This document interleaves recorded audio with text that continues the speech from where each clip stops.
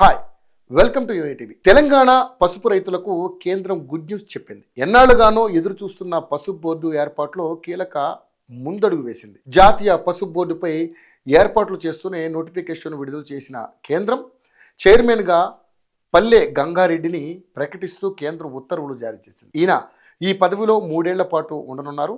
రాష్ట్రంలోని నిజామాబాద్ జిల్లాలో పసుపు బోర్డును ఏర్పాటు చేయాలని ఎన్నో ఏళ్లుగా డిమాండ్ ఉంది. ఇప్పటి వరకు పసుపు కోసం ప్రత్యేక బోర్డు లేని నేపథ్యంలో పసుపు రైతులకు గిట్టుబాటు ధర కల్పించాలని రైతుల నుంచి బలమైన డిమాండ్ ఉంది.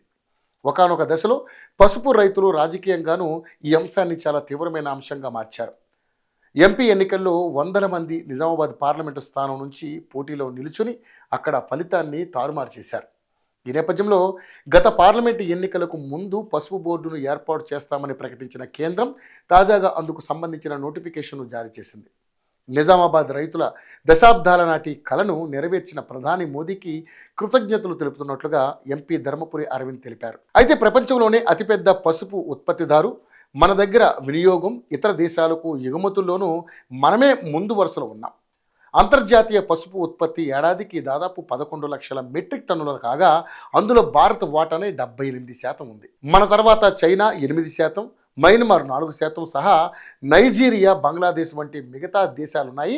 ఇక తెలంగాణలో 2023-24లో 0.23 లక్షల హెక్టార్లో 1.74 లక్షల టన్నుల పసుపును ఉత్పత్తి చేశారు మన రైతులు.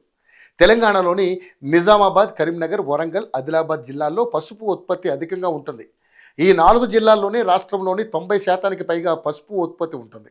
ముఖ్యంగా నిజామాబాద్లో రైతుల నుంచి పసుపు బోర్డు ఏర్పాటు చేయాలని గట్టి డిమాండ్ ఉంది. బోర్డు ఏర్పాటు ద్వారా అంతర్జాతీయ మార్కెట్ విలువను అందుకోవడంతో పాటుగా మంచి గిట్టుబాటు ధర కూడా లభిస్తుందని రైతులు ఆశిస్తున్నారు. అలాగే అంతర్జాతీయ స్థాయిలో జరిగే పరిశోధనలు, ఆధునిక సాంకేతికతల అందుబాటులోకి రానున్నాయి. ఇక కేంద్రం నుంచి రైతులకు ప్రత్యేక బోర్డు ఉంటే సాయం కూడా లభించే అవకాశాలు ఉండడంతో రైతుల నుంచి బోర్డు ఏర్పాటుకు తీవ్ర ఒత్తిడి ఉంది.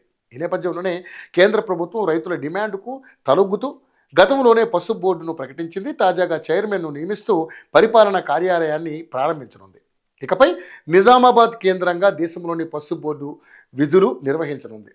పసుపు ధరలు, నాణ్యత సహా ఇతర అంశాలు ఇక్కడి నుండి పర్యవేక్షించనున్నారు. బోర్డు చైర్మన్ కూడా ఎంపిక కావడంతో త్వరలోనే మిగతా పనులు కూడా పట్టాలెక్కనున్నాయి.